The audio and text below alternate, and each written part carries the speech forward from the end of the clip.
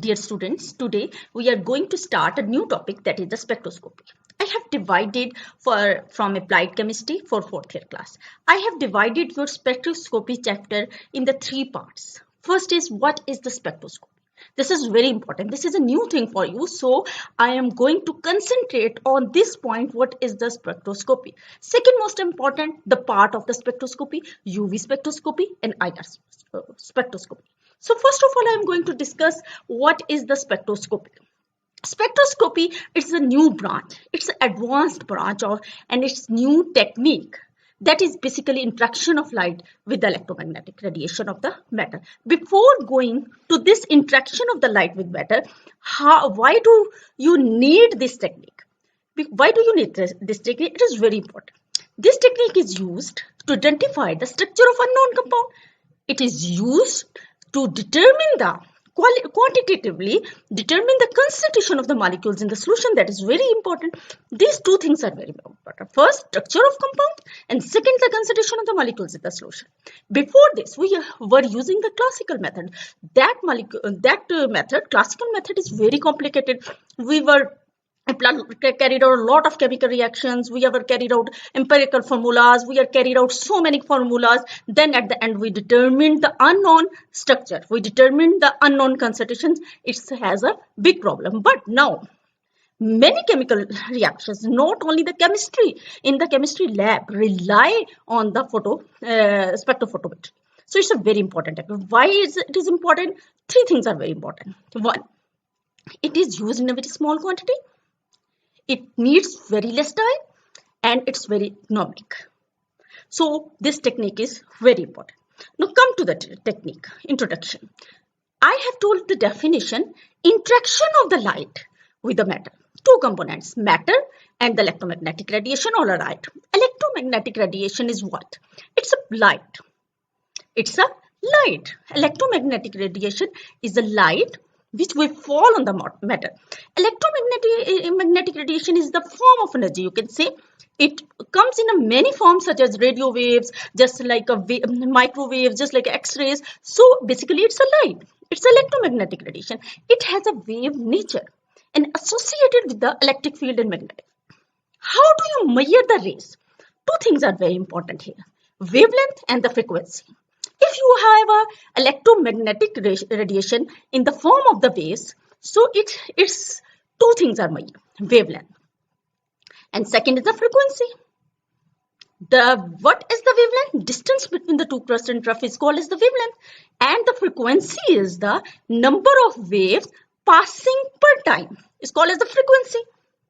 What is the relationship of the frequency and wavelength?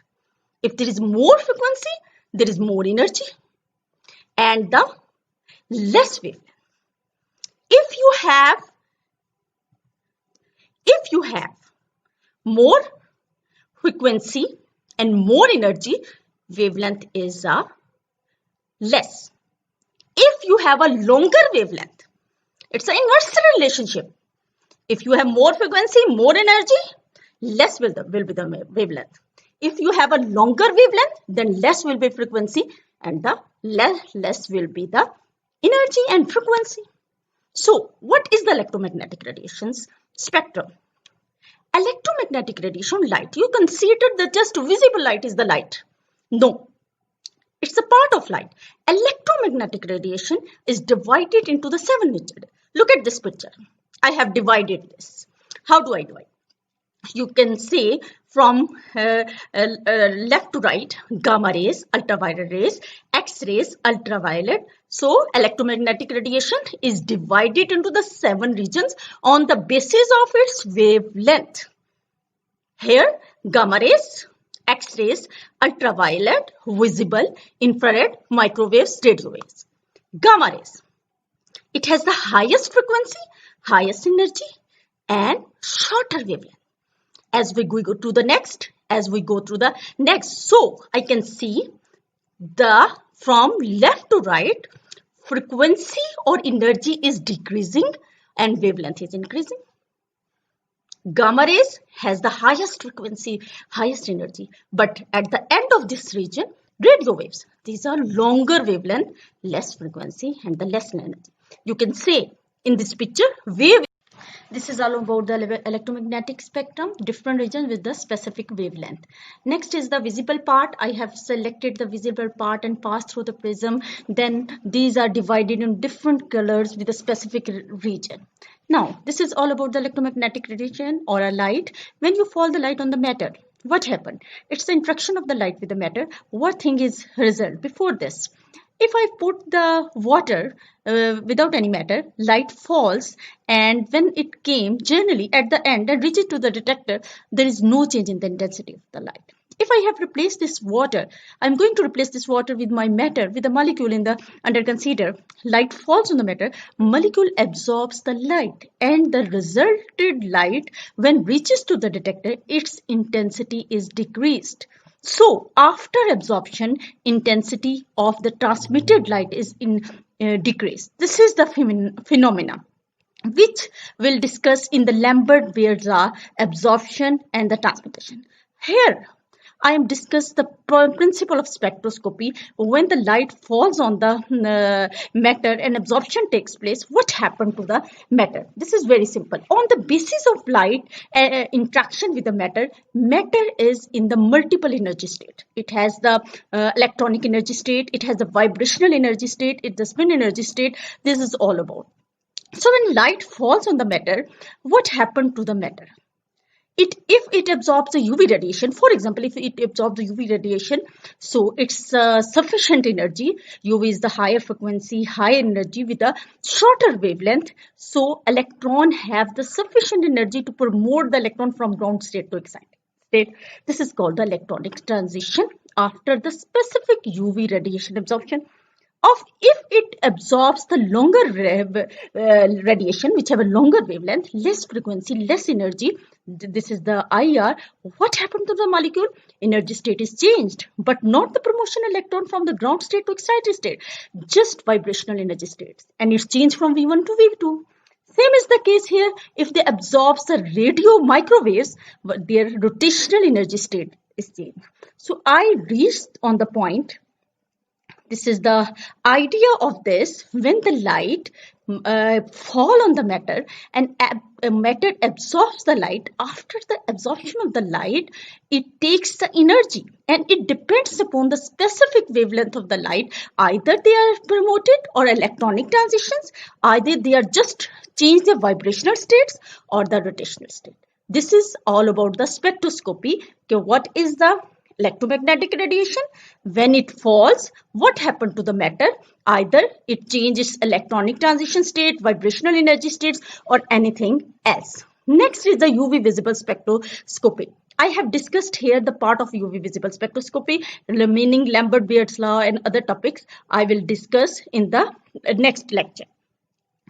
I have told you spectroscopy is the attraction of the light with the matter. UV visible spectroscopy means absorption of the ultra visible radiation. A part of EMR which is called a region which is called the ultraviolet visible region. It ranges ultraviolet region. It ranges from 200 to 800 nanometer. Ultraviolet region falls from 190 to 389 nanometer, and the visible region 380 to 750 nanometer. This is the ranges. This is the use. So absorption of UV visible radiation. So you can say 190 to 389 nanometer. It has a higher frequency, higher energy, and the shorter wavelength. So what happened when your matter molecule absorbs the UV visible radiations? Either electronic transition will be takes place, vibrational energy states will be. So it's a sufficient energy state to promote the electron from ground state to excited state. So following transitions will be possible. It depends upon the state of the molecules.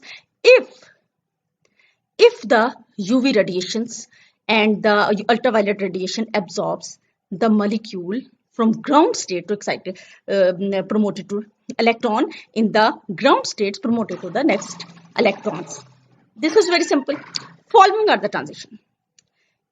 Three types of the transitions are possible: sigma to sigma star transition, N to sigma star transition, pi to pi star transitions, and to sigma pi star transitions. So we have three types. If you have read molecular orbital theory, there are three types of the bonding orbitals, sigma, and pi is the bonding end orbitals. N is the non-bonding. Sigma to sigma star, pi to pi star, n to pi star transitions. Have you seen there are two, sigma and pi orbitals are bonding orbitals, n is the non-bonding orbitals, pi star or sigma stars are anti-bonding molecular orbitals. So electrons are promoted from bonding to anti-bonding molecular orbitals. So first transition is the sigma to sigma star transition, sigma star to sigma and sigma star transitions. What is this? This is found in the saturated compounds. For example, methane. Here the sigma electrons, they are tightly packed. So promotion of this electron is very difficult. So sigma to sigma star transitions rely on the 125 nanometer. This is below the 200 to nanometer. So it's not as such reliable. So this transition is mostly observed in the saturated compound. Next is pi to pi star transition. Pi electrons in bonding orbital is excited to pi star orbitals. So absorption, compound containing the multiple bonds like the alkenes, alkynes, double bond, triple bond, carbonyls undergo these transitions. Alkene absorbs the region of 170 to 205 nanometer, and it's less energy is required, and so less energy is required because these are the conjugated dienes and multiple bonds. They absorb the radiations, and pi electrons move to the anti-bonding molecular orbitals. Third is the N to pi sigma star transitions. This is also in the saturated compounds containing the heteroatom, just oxygen, nitrogen, or in this case in saturated alkyl halides. For example, energy required for the transition, basically rely on the 173, 250 nanometer, but it also depends upon the size of halogen atom. If you are using the methyl chloride, N to pi star transition rely on 173, and methyl iodide rely on 258 nanometer. This is due to the size of iodide. So it also size is also dependent on the transitions ranges. And next is the N to pi star to pi star transition. Pi to pi star transition is the electrons. N to pi star transition is the compound containing the double bonds, heteroatoms, and the carbon, oxygen, and nitrogen, oxygen. This is the minimum radiations, minimum absorption, require the minimum energy to transit from to N to pi star transition. Mostly aldehyde shows this transition. Here is, I have look at this picture, look at this table. Here I have written some saturated compounds and saturated compounds with the heteroatoms, double bond, triple bonds compounds, and double bond, triple bond with the heteroatoms, which shows the sigma to sigma star transitions and their ranges. Lambda max. What is the lambda max? I have told you in the with the Lambert-Beer's law in the next lecture. Here just I am going to, for example, CH4. It absorbs on lambda max is 122 nanometer, and the methyl chloride 173, and the type of the transition is also shown here. This is the end of the lecture. Inshallah, I will discuss the part of UV radiation, that is the Lambert-Beer's law, its instrumentation, in the next part of my lecture. Keep it.